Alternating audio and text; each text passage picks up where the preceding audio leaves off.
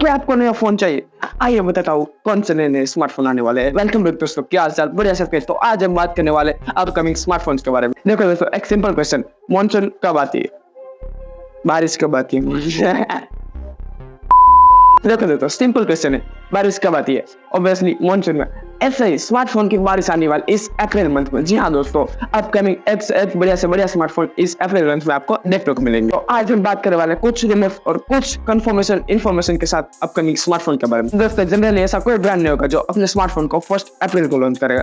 और 1 अप्रैल क्यों? किसी भी मंथ की फर्स्ट डेट को कोई लॉन्च करना क्यों प्रेफर करेगा? लेकिन हमारा OnePlus कहता है कि हम करेंगे 1 अप्रैल को लॉन्च, हम बैठे हैं ना।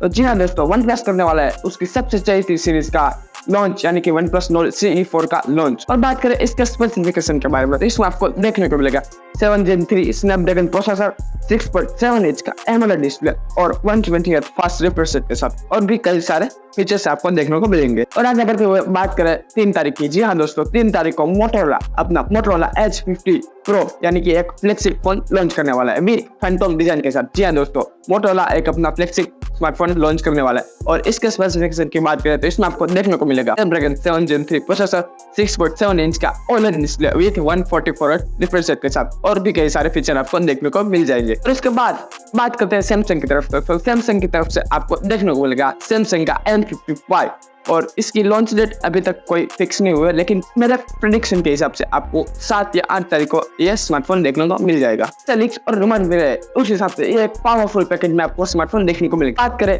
इसके स्पेसिफिकेशन के बारे में, तो इसमें आपको देखने को मिलेगा स्नैपड्रैगन 7 Gen 1 प्रोसेसर, 6.6 इंच का FHD+ AMOLED display, 120 Hz refresh rate के साथ और ट्रिपल कैमरास के साथ और भी कई सारे फीचर्स आपको देखने को मिल जाएंगे। तो अगर हम बात करें iQOO के स्मार्टफोन्स के बारे में, तो iQOO एक गेमिंग सेंट्रिक स्मार्टफोन्स बनाता है और इसमें आपको देखने को मिलेगा iQOO Z9X, जो कि iQOO Z9 का एक अपग्रेडेड वर्जन है। और उसमें आपको ज्यादा कुछ नहीं, थोड़ी बहुत चीजें आपको ऐड ऑन देखने को मिल जाएगी। तो बात करें इसके स्पेसिफिकेशन के बारे में, तो इसमें आपको देखने को मिलेगा 6.74 इंच का FHD+ IPS LCD डिस्प्ले। जी हाँ दोस्तों, iQOO Z9 की तरह इसमें आपको OLED डिस्प्ले देखने को नहीं मिलेगा, इसमें आपको IPS LCD डिस्प्ले देखने को मिलेगा। और ये स्मार्टफोन स्नैपड्रैगन 7 Gen 1 के साथ आपको देखने को मिल जाएगा। और लास्ट में देखते हैं टेक्नो को। आइए दोस्तों, चलिए साथ में देखते हैं।